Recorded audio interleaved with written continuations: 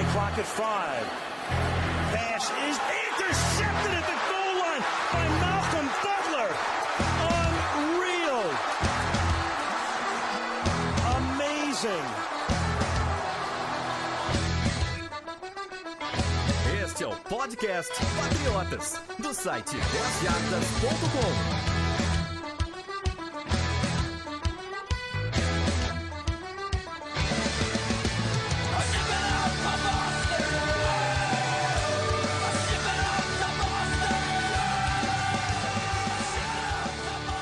Sejam todos bem-vindos ao podcast número 30. Fala, Sidney. E aí, Felipe, tudo bem? Olá, pessoal. Beleza, fala Durante. E aí, Felipe, tudo bom? Tranquilo? Então aqui, galera, podcast de volta. Essa semana a gente tá com 2 podcasts, como a gente explicou. Então foi correria essa semana, né, Sidney? Comecinho da semana já soltou do pré-jogo com os 53 finais. E agora já acabou de acontecer o jogo dos Patriots Steelers, a estreia finalmente, e a gente já quer falar do jogo, né, cara? Pelo amor de Deus. Correria, mas uma correria boa e justificada, né? A gente não podia passar muito tempo sem falar do jogo de abertura da NFL. Não é todo dia que o seu time abre a NFL como o atual campeão e inaugura lá o banner, então é uma coisa realmente especial e a gente tinha que falar o mais rápido possível. É, isso aí. Bom, vamos começar dando aqueles recadinhos. Hoje os recados são rápidos. E basicamente é um recado só, a gente tem uma outra coisinha pra falar e já vamos falar de jogo, que é o que interessa. A gente fez, pra quem não, acho que a maioria deve ter visto aí nos nossos canais, a gente divulgou, mas pra quem não participou, a gente fez um pré-jogo antes da partida, que foi bem legal no nosso canal do YouTube. Foi diferente, teve uns errinhos, uns probleminhas, mas por ser primeira vez, é normal, imagino. A galera que participou gostou bastante, todo mundo pedindo pra gente fazer de novo. A gente vai tentar fazer no próximo jogo contra os Bills, a gente fazer de novo, né, Durante? Mas foi bem legal, né, cara? Foi, eu achei muito, muito legal mesmo, a galera participando e perguntando, e poder também ver a nossa cara, coisa que eles não conhecem. Não é muito bonita, né, cara? Nossa voz. Mas é bom saber quem é, né? Quem que eles estão ouvindo, mas eu achei muito legal. É bom, assim, essa interação do pessoal na hora já questionar e a gente conseguir responder, bem legal. A gente até fica meio nervoso, né, cara? Porque, pô, aqui é mais fácil, né? Se a gente errar, a gente corta, volta. Mas lá foi legal, foi bem interessante. O pessoal que assistiu gostou e o pessoal pediu mais. E a gente vai tentar fazer, pelo menos no próximo jogo do Bills, a gente entrar ao vivo de novo lá e conversar com a galera. Foi bem legal. E Sidney, a gente tá acontecendo toda essa história do Spygate, história que não é muito nova, né, cara? Até por isso o pessoal que estranhou por que a gente não tá falando muito disso, né, cara? Porque não tem muita novidade, né, cara? Isso aí é de que ano que é isso? 2000 sei lá quanto, né, cara? Mas o Belichick, ele teve que se pronunciar, né, cara? A gente resolveu falar sobre isso, que não é comum o Belichick endereçar esse tipo de situação, e ele resolveu falar porque é uma coisa que cansou, né? Ele já teve que responder sobre tudo isso lá em 2007, 2008, e agora a ESPN resolveu trazer tudo à tona novamente, e aparentemente sem nenhum fato novo provado, só mais acusações. E o Belichick realmente soltou o verbo hoje, disse que é muito triste ver esse tipo de coisa acontecer às vésperas da abertura da temporada. Falou que essa matéria acabou chegando num nível muito baixo de acusações, como que os Patriots aqueciam ou entregavam um Gatorade quente para o adversário, esse tipo de coisa pequena. E ele falou que é uma pena que esse time dos Patriots teve a credibilidade questionada de equipes históricas de 2001, 3 e 4. E ele disse que é uma coisa extremamente injusta você tirar mérito de jogadores como Ty Law, Rodney Harrison, Mike Vrabel, Adam Vinatieri, jogadores que foram alguns dos melhores de sua geração e que tiveram o crédito das suas conquistas questionadas por um escândalo de filmar sinais adversários, entregar Gatorade. Então é uma coisa realmente muito baixa e sem sentido. Me parece que a gente tá conversando de várzea, né, cara? Vamos fazer o seguinte, vamos esquentar a água dos caras pra dar dor de barriga. Pô, pelo amor de Deus, gente, NFL, vamos jogar, vai.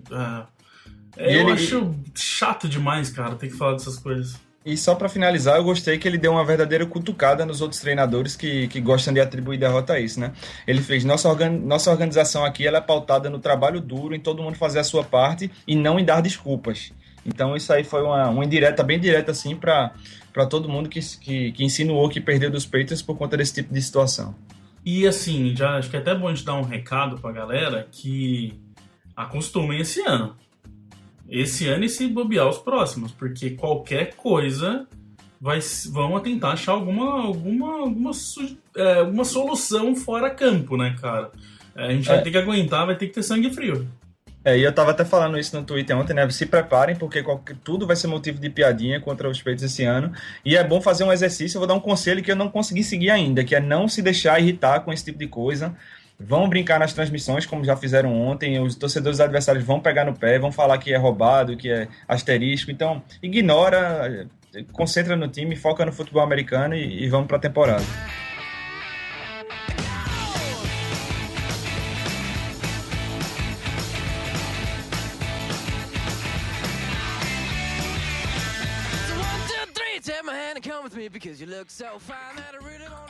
Vamos falar então do jogo Patriots e Steelers. Primeiro que foi animal, a gente conseguiu ver um pedaço da transmissão ali, da cerimônia.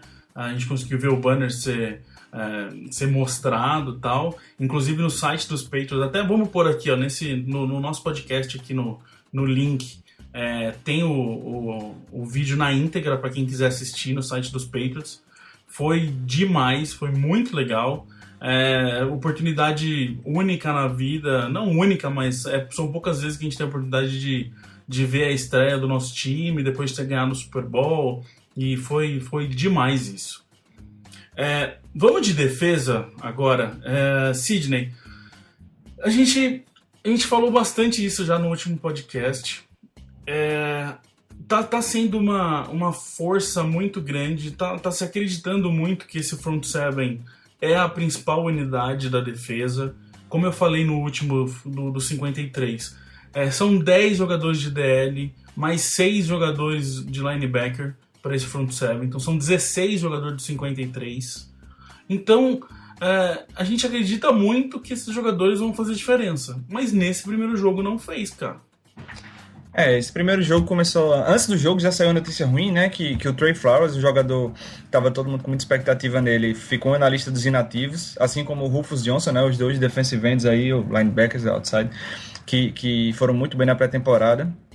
E assim que começa o jogo, mais uma péssima notícia, Dominic Easley, que esse ano seria o ano dele decolar, né, e mostrar seu potencial, sofre uma lesão no quadril, sai do jogo no começo do primeiro quarto. Já são 3 jogadores assim que a gente tinha muita expectativa para ver, que logo no primeiro quarto estão fora do jogo, né?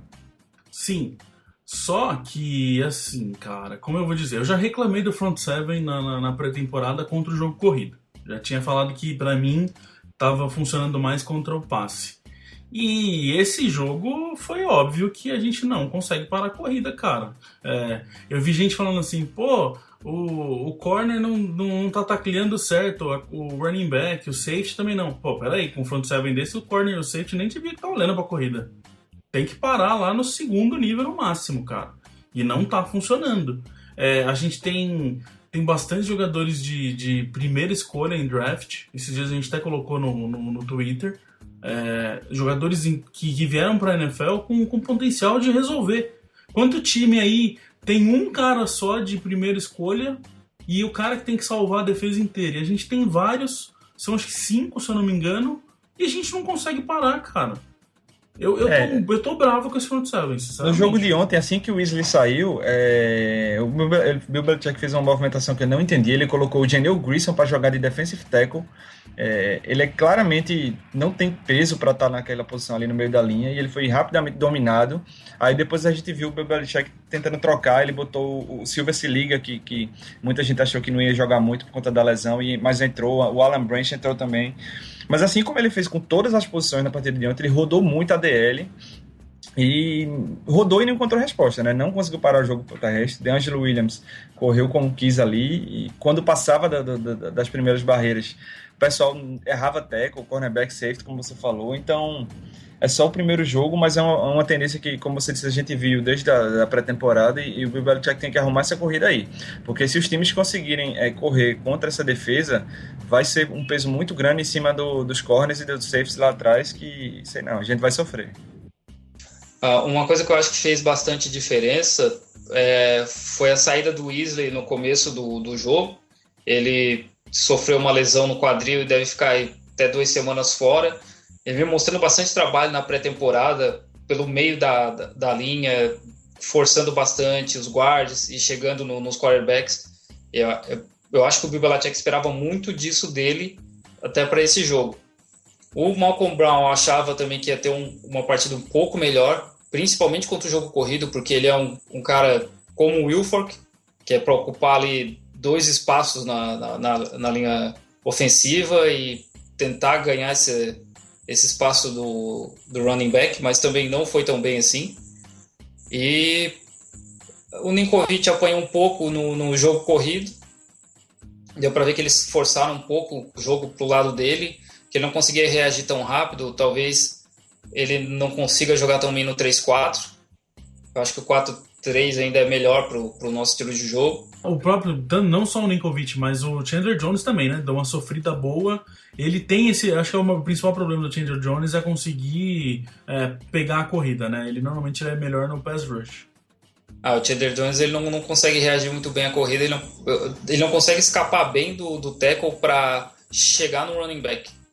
E desde o ano passado já dá para ver, nossa defesa não é boa no 3-4, então o Chandler Jones é um pouco recuado, mais como um linebacker, ele não funciona tão bem assim.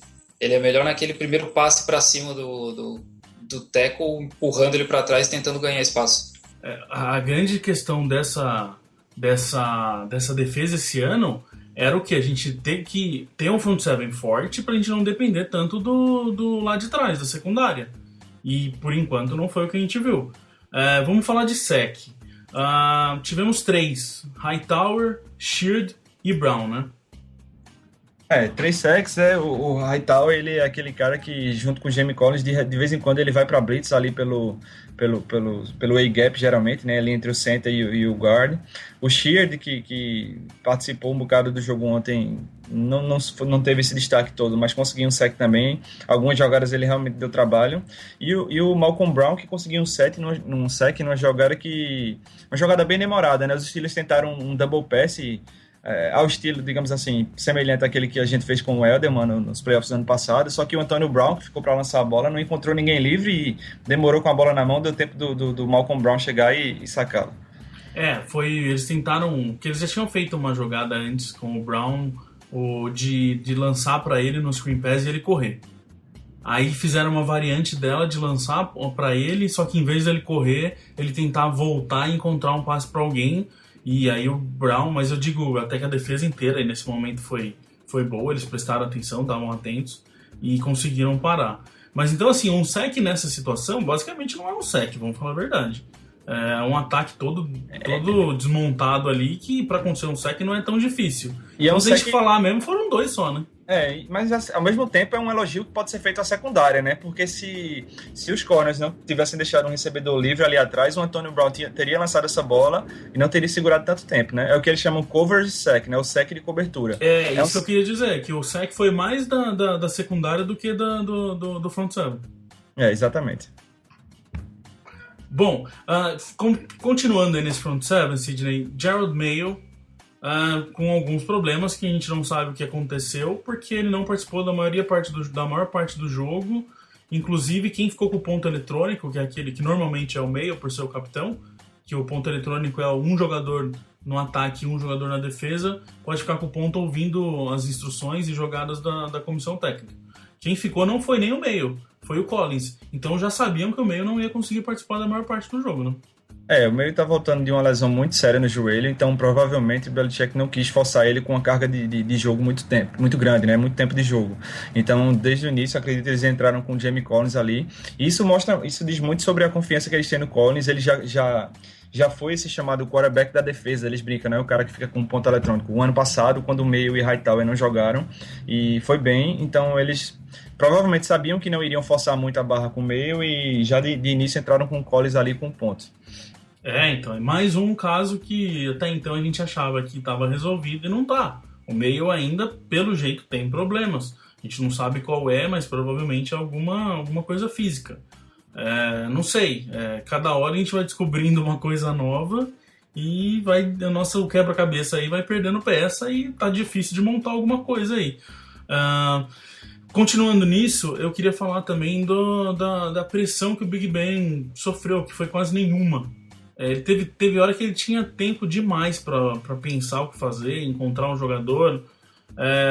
Eu acho estranho assim, quando é o Big Ben, beleza, que ele não corre. Agora, quando a gente tiver um quarterback que corre, a hora que ele tiver esse tempo e não achar alguém na secundária, ele vai correr provavelmente. Então, assim, precisa atrapalhar esse quarterback, igual a gente fez de dentro do campo que a gente mostrou contra o Cam Newton. Precisa abrir buraco, alguém precisa chegar lá, né, cara? Ele teve muito tempo no pocket e já eu tenho mais medo, assim, com o tempo dos quarterbacks que lançam melhor, né? Porque ele dá tempo do wide receiver se virar para ele, ver que ele tá no scramble, ou no scramble ou no pocket mesmo, e se livrar do corner e completar passes longos. Então, essa secundária nossa precisa que a pressão chegue no quarterback adversário, precisa que os jogadores do front seven cheguem lá e apressem. Em alguns momentos, principalmente no começo do jogo, até teve uns passes incompletos do Big Ben que foi por conta de pressão. Chandler Jones, o Ninkovich chegando perto dele, ele jogou a bola antes da hora e jogou mal. Então isso tem que acontecer. Se os quarterbacks adversários, sei lá, que a gente vai enfrentar esse ano, um Peyton Manning, quem mais? Andrew Luck. Um Andrew Luck que a gente for enfrentar esse ano, tiver tempo no pocket, eles vão castigar essa secundária. Não, sem dúvida. Falar em castigar quarterback e castigar o ataque, o Hightower foi o que mais conseguiu tackle. 6 sozinho e mais 2 com assistência. Agora, uma coisa que eu vi também os linebackers fazerem muitas vezes foi errar tackle, né, cara? Parecia que... Eu até comentei com vocês ontem que no terceiro quarto já parecia que a defesa estava cansada. Exatamente, essa impressão ficou clara também. Eles erraram muitos tackles, principalmente no DeAngelo Williams, né? Tem jogadas que você via que ele achava que ele não ia conseguir avançar 2, 3 jardas, ele se livrava do tackle, avançava 8, 9. Isso é fundamento, né? Isso é treino, isso é dia a dia, isso é um pouco de ritmo de jogo também. A temporada está começando. Eu tenho certeza que se a gente está notando isso, o Bill Belichick notou também. Ele com certeza exige demais, ele cobra demais dos erros cometidos no jogo, né? Para que não se repitam no próximo. Eu tenho certeza que isso vai ser um motivo de ênfase aí nessa semana.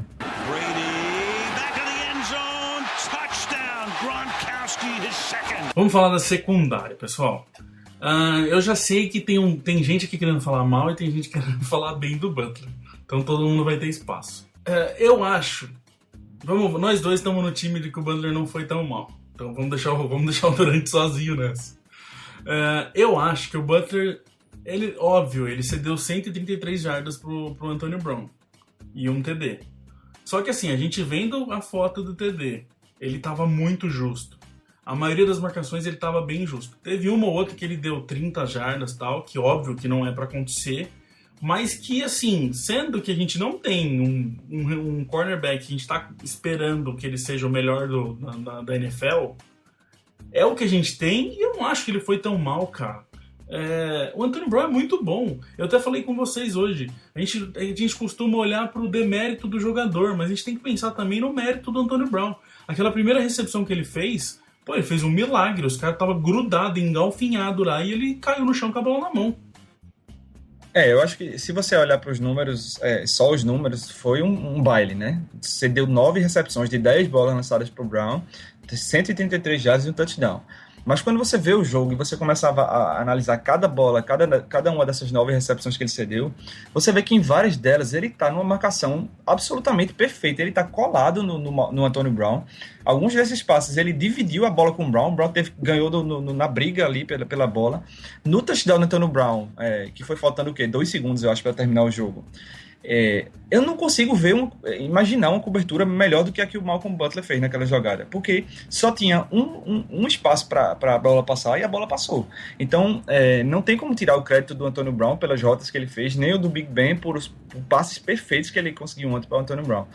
Não foi um jogo perfeito, longe disso do Malcolm Butler, mas eu acho que os números em si não dá para você avaliar só isso. Você não pode se alarmar demais com isso. Ele está marcando, como você falou, talvez o wide receiver mais completo da NFL. Se você analisar assim, todas as funções que um wide receiver pode fazer, talvez seja o Antonio Brown o que faz melhor no geral.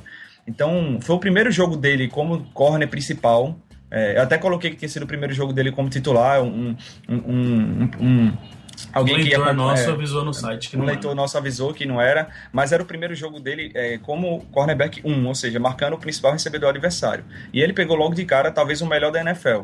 Então é natural que ele seja desses jardas. Antônio Brown consegue uma média de mais de 100 jardas por jogo e ele enfrenta cornerbacks tops na NFL.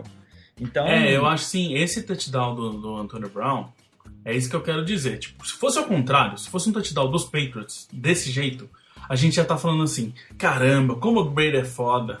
Olha onde o Brady põe a bola. Não interessa quem for, pode pôr quem quiser aí, o Brady tira da mão do cara. A gente olhar o mérito que o ataque fez. Nesse caso a gente tá olhando mais que tipo, pô, o Butler tava perto, tava justo, mas ele podia ter desviado a bola e não sei o quê. Então assim, eu acho que a gente tem que dar um pouquinho mais de tempo pro cara. Eu diria que o problema não foi o Butler, o problema não foi o Antônio Brown que mudou o jogo. Na defesa, o front seven foi muito pior do que a secundária, eu acho. Concordo. Teve bolas no fundo e tal, mas, pô, se teve bola no fundo também é porque ninguém tava chegando no Big Ben, igual a gente falou. E uma coisa que ficou evidente no jogo de ontem, após o jogo, né, o Malcolm Butler saiu inconsolável depois que ele cedeu o touchdown, mesmo faltando 2 segundos só para terminar o jogo, e imediatamente vários jogadores da defesa foram lá incentivá-lo. O Matt Patricia, o coordenador defensivo, fez questão de ir lá e dizer, não, levanta a cabeça, você fez um bom jogo, não tem que reconhecer que ele é muito bom, você fez o possível. Então, como você disse, se fosse do nosso lado, a gente estava elogiando aqui a precisão do Brady e não uma possível falha da marcação. Eu acho que ele fez uma boa partida considerando tudo que envolveu, né, esse primeiro jogo dele como principal corner. Vamos também deixar, já que eu e o Sidney é a maioria, mesmo assim, a gente é muito legal, vamos deixar o Durante falar o que ele achou do Butler, porque ele entende que o Butler não foi tão bem assim nesse jogo. Manda aí, Durante. Cara, eu acho que o Butler até foi bem na cobertura, ele via ele sempre colado no Antônio Brown, mas assim, ele cedeu 133 jardas, e tá certo que o touchdown no fim foi faltando 2 segundos para acabar o jogo, né? Então nem deveria contar muito. Mas eu penso, quando ele for jogar contra wide receivers como o Dez Bryant, que são mais altos, conseguem um release muito bom e vão ter espaço no fundo do campo para jogar, como é que vai ser isso? O meu problema com o Butler é ele ser o cornerback número 1 do time. Eu acho que ele funcionaria como um cornerback número 2, talvez. Mas eu não sei se ele tem habilidade suficiente para ser o 1 e ficar numa ilha como ele ficou ontem, sem apoio de safety nenhum. Não sei se ele ainda tem essa habilidade. Talvez um dia ele chegue a ter, mas hoje eu não sei não, cara. Então, mas será que talvez o problema não foi mais da falta da cobertura de um safety do que dele próprio, por exemplo? A gente viu que ele estava bem, a maioria das vezes ele estava bem colado. Será que se a gente não tivesse, igual a gente tinha comentado, nós dois mesmos comentamos no pré-jogo nosso, será que se tivesse jogado o Chung ali, por exemplo, ou o próprio Duron Harmon, que jogou bastante, como se fosse numa cobertura dupla ali, não teria dado mais certo? Será que o problema não foi mais esse do que o próprio Butler? Teve 2 jogadas ali que só nessas 2 o Antônio Brown ganhou mais de 60 jardas. Então, o que talvez pudesse acontecer é que o safety junto ia limitar esse ganho, mas o Antônio Brown ia conseguir descolar do Butler. Ele ia conseguir o release para fazer a recepção. Porque foi o que aconteceu. Só que ele estava muito sozinho em campo, porque ele estava jardas já na frente, 5, 10 jardas na frente do Butler quando ele faz a recepção. E não tem ninguém para pegar, né? Ele corre mais um pouco até que chega um defensor e segura, mas como tu falou, se tivesse um safety atuando em cima, talvez o Big Ben não lançasse tanto para ele, porque o Big Ben lançou muito na direção do Butler, muito mais do que na direção dos outros, até também um pouco por isso que ressalta tanto os números do Brown, porque o Big Ben não lançou tanto para os outros. Então, não sei, de repente, se tivesse mais alguém ali na cobertura, o Big Ben não ficasse um pouco mais intimidado, né, de lançar uma cobertura dupla. Eu não tô com uma opinião formada do Butler ainda. Eu vou dar esses 3 primeiros jogos para ele. Ele teve esse com o Brown, ele vai ter um Sammy Watkins semana que vem, no próximo jogo, na verdade, também, que é um receiver complicado de se marcar, e vai ter um Jacksonville Jaguars na 3ª semana, que em tese é um jogo mais fácil para ele.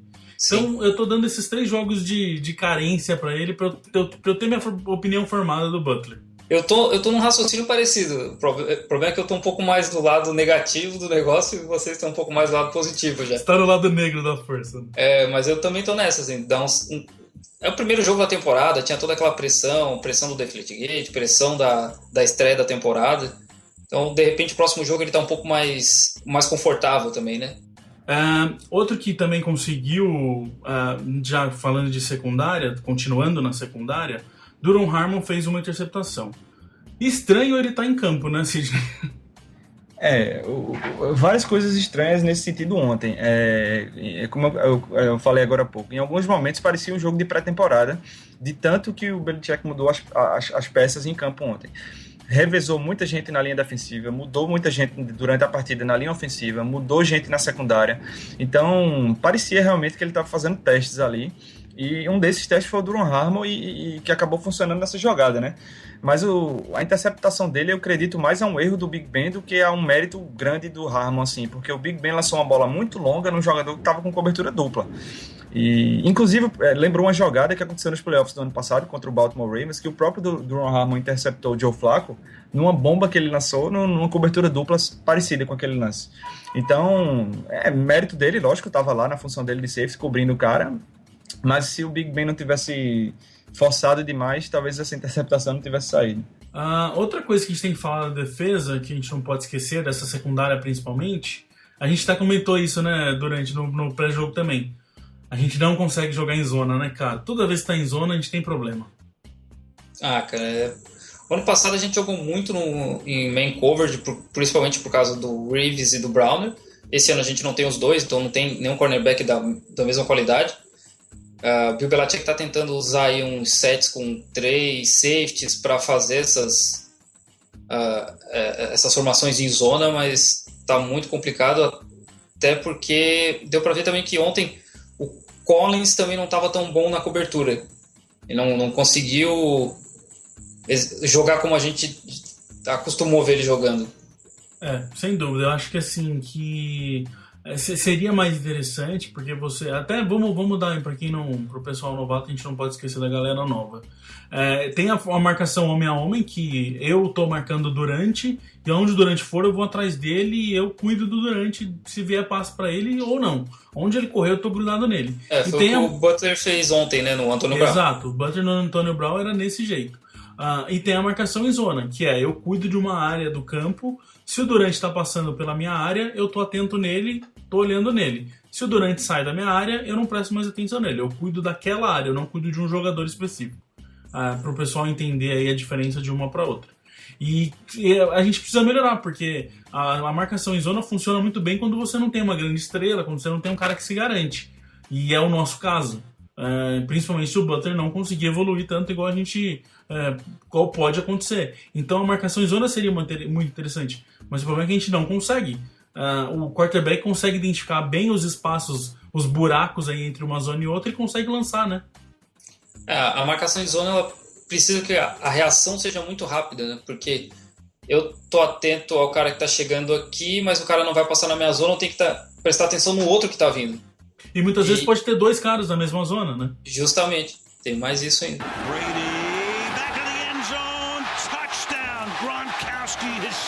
Vamos falar de ataque?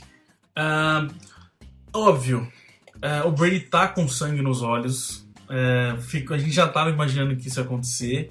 E ele mostrou em campo, assim, totalmente. 25 de 32 passes tentados, 25 completados, errou 7 passes só. 288 jardas e 4 touchdowns. Durante, não tem como, né, cara? Ele parece que só fez melhor pra ele essa história toda de Deflategate e tudo que rolou, né? Pelo que eu tô vendo, assim, eles estão usando a mesma motivação que eles usaram em 2007 com a história do Spygate.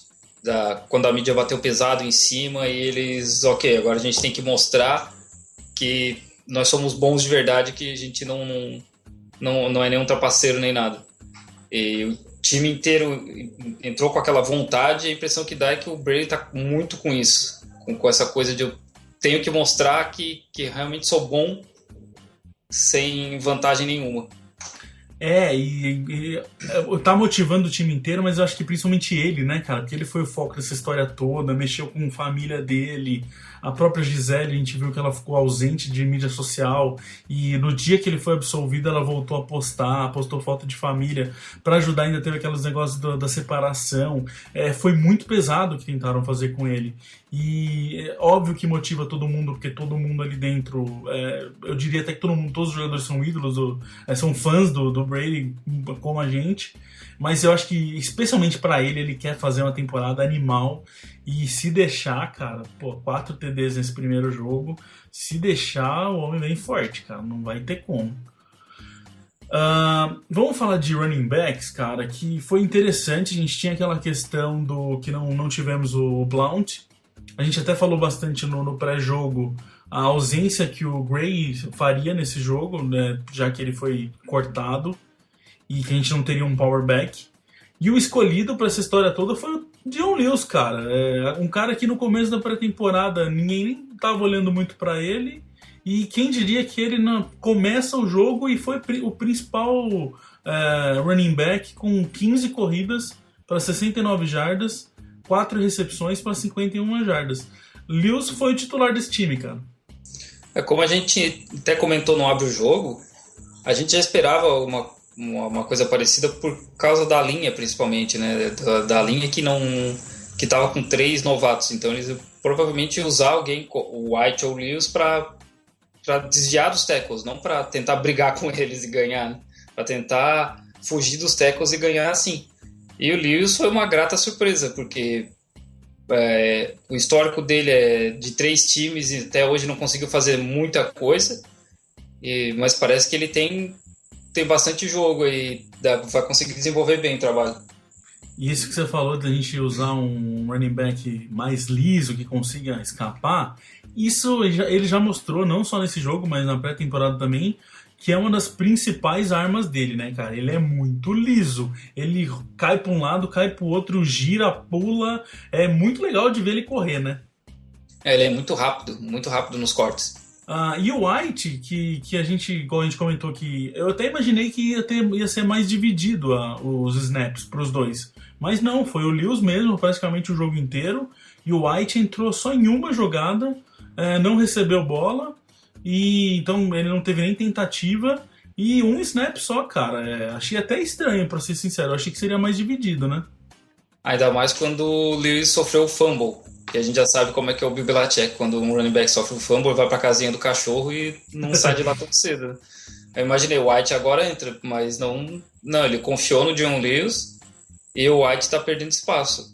E apesar de já estar com os Patriots desde o ano passado, né?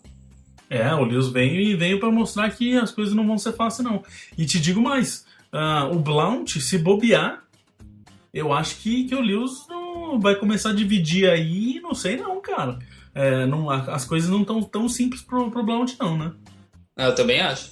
Mudando, a linha voltando a ser o que ela era, o Blount vai ter um pouco mais de espaço, mas a gente já sabe que ele não é um running back aí para 100 jardas por jogo, então o White o Lewis se encaixa muito mais no estilo de jogo do Patriots. Brady back of the end zone, touchdown, Gronkowski his second. Nos receivers, a gente teve Edelman muito bem, como sempre. É incrível como o Edelman... Eu não me canso de falar isso. Eu não sei se vocês se cansam de ouvir, mas eu não me canso de falar. O Edelman, ele é muita garra, né, cara? Como ele corre, você vê na cara dele que ele quer ganhar o jogo, que ele quer ganhar cada jarda que tá na frente dele. Foi o principal recebedor do jogo, com 11 recepções para 97 jardas. Dá gosto ter o Edelman no time, né? Várias jogadas que você vê que o defensor agarra ele, mesmo assim ele faz um esforço adicional, ganha ali mais 2, 3 jardas, consegue o first down, consegue avançar um pouco mais. Ele briga muito, ele é um cara assim que dá gosto de ver jogar. E aí continuando nos receivers, a Amendola, que não conseguiu ter muito destaque mais uma vez no jogo, mas também foi um pouquinho prejudicado pelo Brady, que teve hora que ele ficou sozinho, o Brady não lançou. Acho que não é esse jogo apagado do Amendola, a gente não pode jogar totalmente nas costas dele, né? Teve aquele passe logo no começo do jogo que o Brady lançou alto, o Amendola não conseguiu pegar, mas ele estava sozinho na lateral do campo, ia ser um avanço bem grande. Teve um outro avanço na lateral esquerda também, que o Brady conseguiu acertar o passe. Mas é como tu falou, não dá pra botar na conta do Amendola dessa vez, não. Dá pra dividir aí Amendola e Brady, essa falta de ascensão do Amendola no jogo. E além disso, teve o Dobson também, que não conseguiu... É a última chance do Dobson, a gente até pôs isso no site, já tem um post lá do próprio Durant, mas o Dobson não conseguiu de novo aparecer tanto no jogo, né? Não foi nesse primeiro jogo, a gente sabe que com a lesão do LaFell, o Dobson ele é o terceiro wide receiver no elenco, atrás de Edelman e Amendola, e no jogo de ontem especificamente, os Patriots usaram várias formações com 2, 3 e até 4 tight ends. Então, a gente pouco viu os Patriots jogarem com 3 ou mais wide receivers, né? Então, por isso que o Dobson não entrou tanto em campo. Conseguiu uma recepção apenas para 9 jardas, mas a gente sabe que o ataque dos Patriots ele é feito, ele não é um ataque unidimensional que só sabe jogar daquela forma dele. Toda semana ele muda de acordo com o adversário. Então pode esperar que vai haver ocasiões na temporada em que eles vão com 3 ou 4 recebedores e aí a gente deve ver um pouco mais do Aaron Dobson.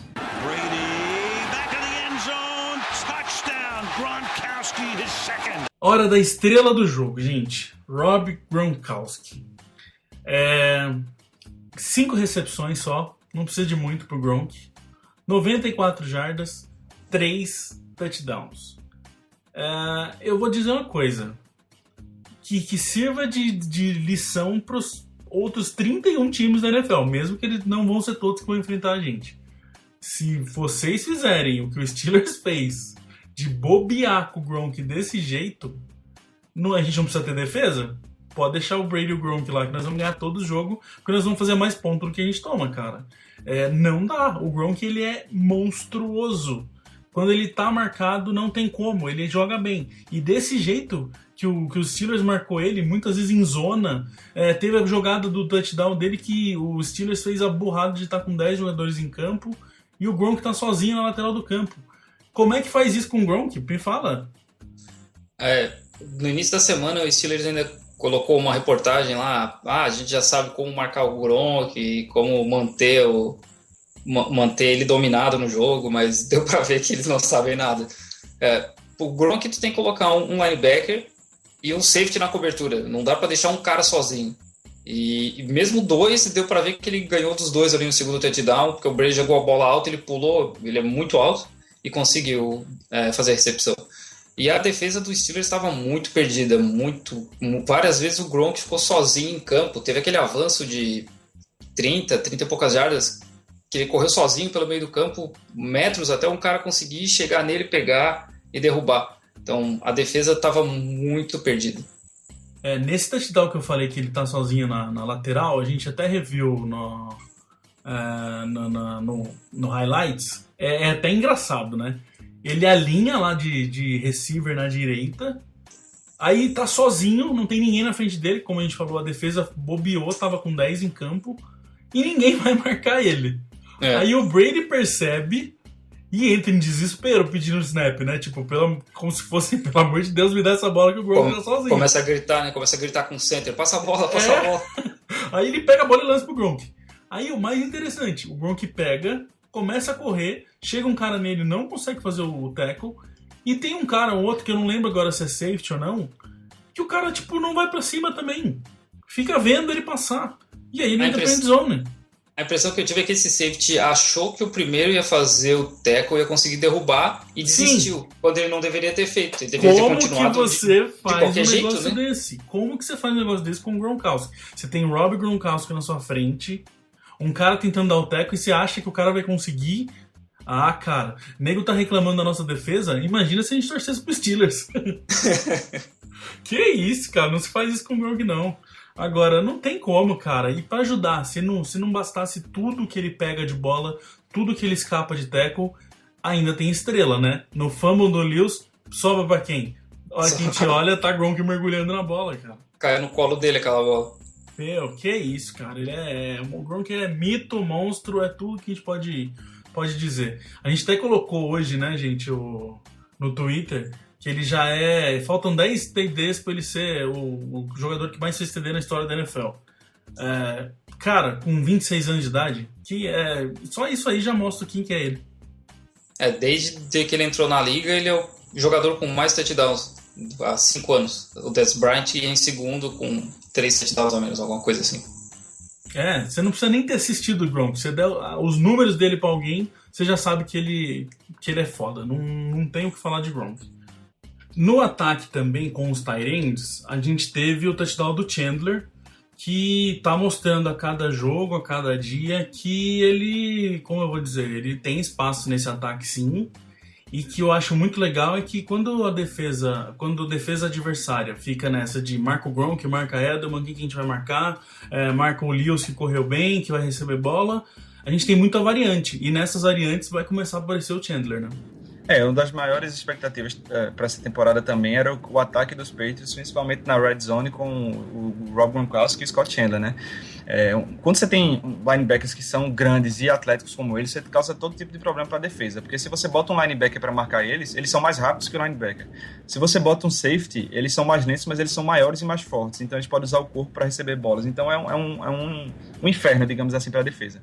E ontem a gente viu em várias jogadas, o desempenho em números do Chandler não foi muito alto, porque em várias vezes o Brady foi no Gronk ontem nas situações em que os dois correram rotas. Mas é lógico que ficou claro que os dois estando presentes ali é um pesadelo para a defesa, principalmente na red zone, que eles são muito altos e são muito atléticos também. Então deu para ver, e ainda bem que ele conseguiu um touchdown, né? Uma estreia boa aí com a camisa dos Patriots. Brady, back of the end zone, touchdown, Gronkowski, his second. Acho que se a gente puder falar, um problema nesse ataque foi a OL, mas não um problema sério. Eu acho que tenho certeza que a gente imaginava que a OL ia ser muito mais problemática. A gente teve o Wendell que não participou do jogo, então foi um susto um pouquinho antes de começar o jogo, a gente descobriu que ele não estaria. E aí a nossa OL foi Andrews de center, o Klein, a primeira OL, a OL titular, o Klein de guard, o Trey Jackson de guard, o Solder de tackle e o Vollmer de tackle. 3 rookies no interior da linha. A gente imaginava que ia ser muito pior do que foi, né, Durante? Sim, com certeza. A gente achava que o Brady ia apanhar mais que cachorro ladrão ontem à noite. E, o que eu achei assim muito legal, o Andrews, ele foi o único jogador da OL que jogou o jogo inteiro e conseguiu jogar bem, cara. Não pode não ter sido o melhor jogo da vida dele, mas ele fez o trabalho dele, conseguiu segurar o que precisava. Eu acho assim, que a OL conseguiu proteger muito bem pro passe, é uma coisa que a gente já estava vendo que é a melhor função deles. Agora, para a corrida ainda falta melhorar um pouquinho, igual você falou do próprio Blount. Não é a OL perfeita pro Blount correr ainda, mas acho que dos males o menor, né? Dá pra gente ir ajustando aos poucos. Eu acho que a OL foi boa. O Andrews, um cara que não foi draftado, que conseguiu cavar sua vaguinha aí no roster, até por conta da lesão do Stork, mas ele jogou bem, ele tem jogado bem na pré-temporada, eu acho que ele se destacou bastante. Para mim, o único problema foi quando o Cannon ficou ali como left tackle e por conta disso o Brady tomou um sack na blitz do safety. Esse foi para conta do Cannon. Como right tackle, ele até que não é tão ruim, mas ele como left tackle não dá, cara.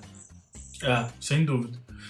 E uma coisa que eu achei legal também, assim, igual você falou, foram 2 sacks cedidos. Esse e um outro do linebacker. Era pra se esperar mais, como a gente falou. A gente imaginaria que o Brady ia apanhar mais. Eu só acho assim que no fim é até bom pra eles pegarem um pouco mais de entrosamento e tal, porque a gente sabe que o Stork só volta na semana 8, pode treinar na semana 6 e só volta a jogar na semana 8. Então, assim, são os jogadores que a gente tem. Então, é até interessante. O que eu tô preocupado mesmo é com o Wendell, que não jogou e não tivemos notícia nenhuma do que realmente está acontecendo com ele. Se é a mesma história, se é coisa nova. Bills vem aí e a história vai ser bem diferente, né? É estranho, porque ele jogou no último jogo da pré-temporada, estava treinando normal e tiraram ele do jogo por algum motivo. e que até agora ninguém sabe. E a gente já sabe que contra os Bills a situação vai ser bem diferente, porque a linha defensiva do Bills é muito mais forte que a dos Steelers, e a nossa linha ofensiva vai ter que estar preparada, porque lá vai ser muito mais duro. Continuando nessa OL, a gente teve o problema do Solder, que foi que fez mais faltas ali, no fim, numa estreia, com 3 rookies. Era de se esperar que um dos 3, como fossem os caras que fizessem falta. E no fim foi o Solder que acabou de renovar contrato, né? Acabou de renovar o contrato, uma bela grana ele vai receber, e isso é uma coisa também que eu acredito que vai ser corrigido ao longo da temporada, que os Patriots normalmente não são tão indisciplinados na linha ofensiva, né? Ano passado a gente cometeu muitas faltas na secundária, de interferência no passe, mas o Solder ontem ele matou 2 ataques dos Patriots que iam bem, um com a falta de 15 jardas, com um tapa que ele deu no jogador dos Steelers, e outro com um hold de 10 jardas, então que mataram realmente 2 drives de ataque dos Patriots. Isso é uma coisa que não pode se repetir. Tenho certeza que a comissão vai falar com ele e observar. Se isso se repetir, aí ele já vai começar a entrar naquela turma de ir para o banco por um tempo para se organizar, mas eu acho que o Solder é um bom cantinho do castigo. O Solder é muito bom jogador e não é um cara de fazer tantas faltas assim. Eu acho que isso é corrigível.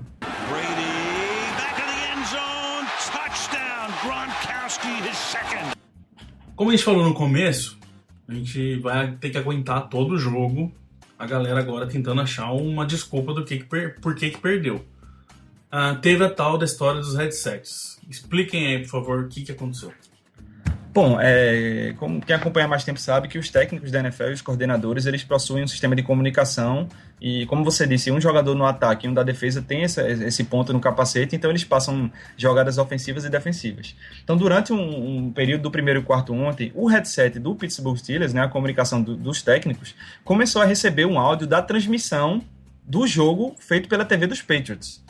Então, houve essa interferência e existe uma política na NFL que quando um time está com um problema na comunicação, o outro time tem a sua comunicação suspensa.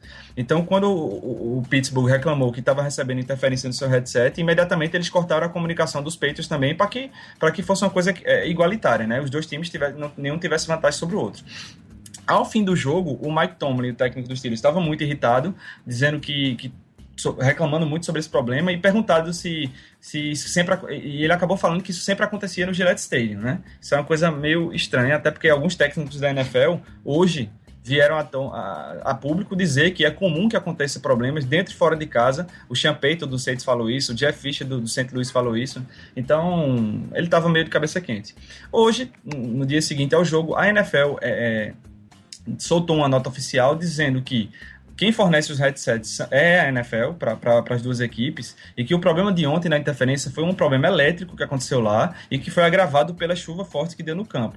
Então a própria NFL soltou uma nota oficial isentando os Patriots de qualquer culpa, porque como você disse, né, estamos num período aí que qualquer coisa é motivo de desconfiança e já teve gente dizendo que eram os Patriots que estavam hackeando a comunicação dos Steelers. Então não foi nada disso, foi um problema elétrico. A própria NFL reconheceu isso e emitiu uma nota oficial.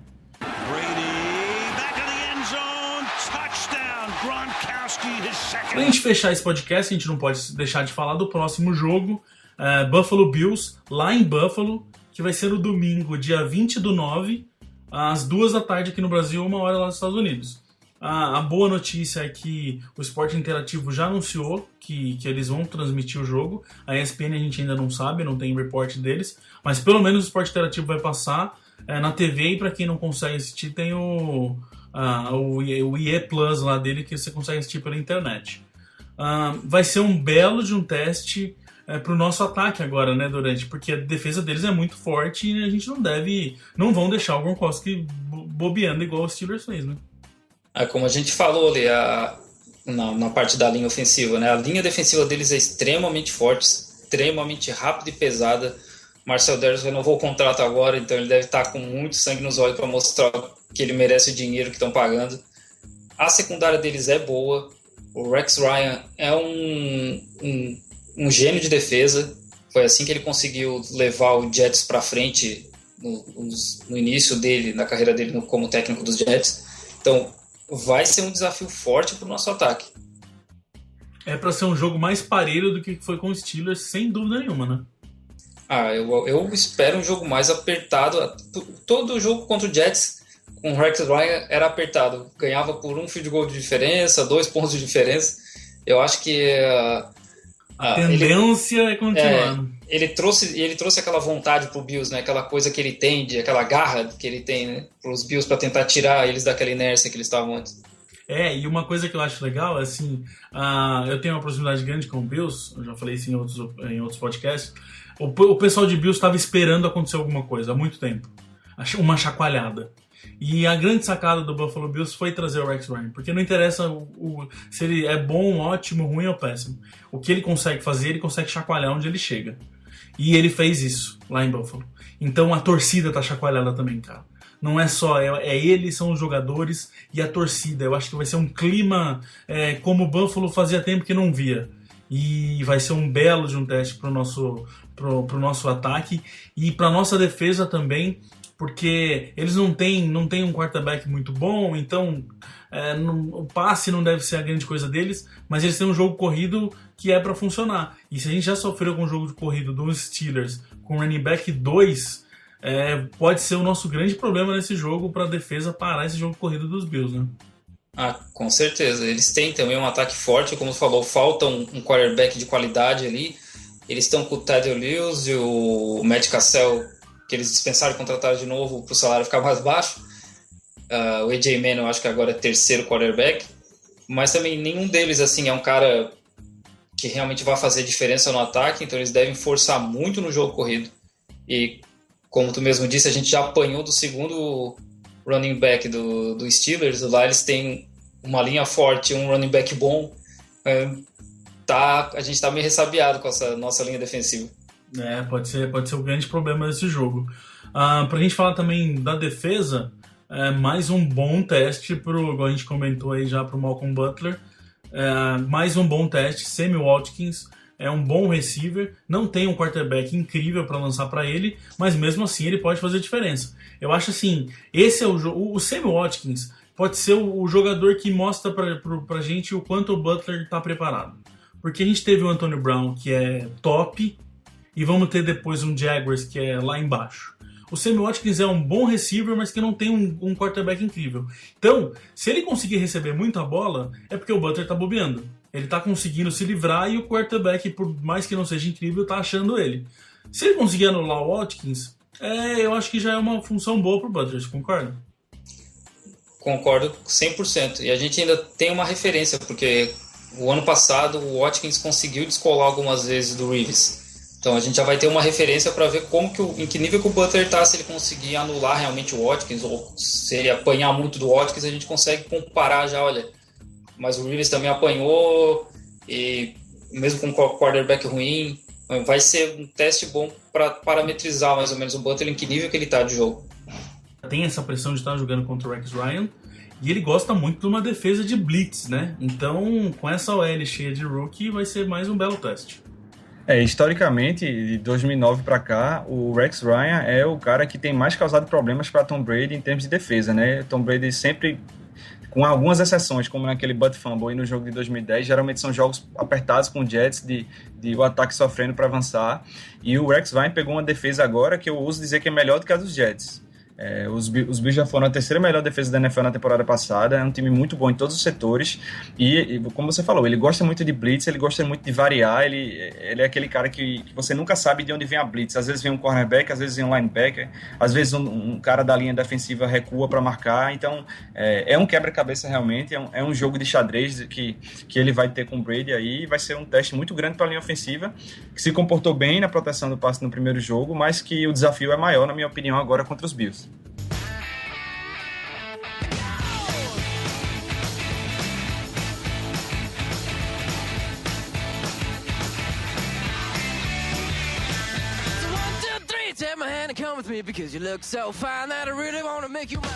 Então é isso, galera. Ficamos com mais um podcast. Agradecemos a todos os ouvintes aí, a galera que para ouvir a gente. A gente fez uma correria, garanto pra vocês. Foi complicado essa semana produzir 2 podcasts. Produzimos um na segunda e outro na sexta, gravamos. Então, assim, sexta-feira à noite, a gente parado aqui gravando, é porque a gente gosta pra caramba do que a gente tá fazendo, pra vocês terem o podcast o mais rápido possível depois do jogo. Vamos ficar atento agora. Temos aí mais de 7 dias sem jogo dos Patriots, então dá para eles dar uma arrumada. E a gente vai continuar no nosso esquema aqui, postando sempre, colocando as colunas. Essa semana ainda tem o de dentro do campo, não se esqueçam sobre o jogo contra os Steelers.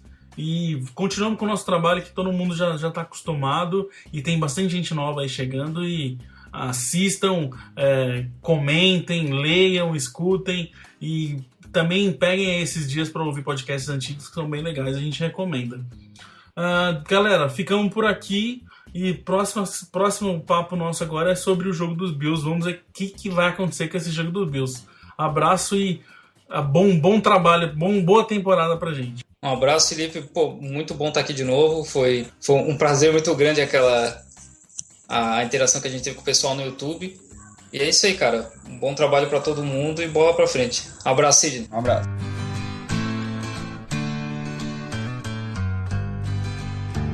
We love our New England Patriots and the way that they play as a team. And we'll always be true to the red, white, and blue.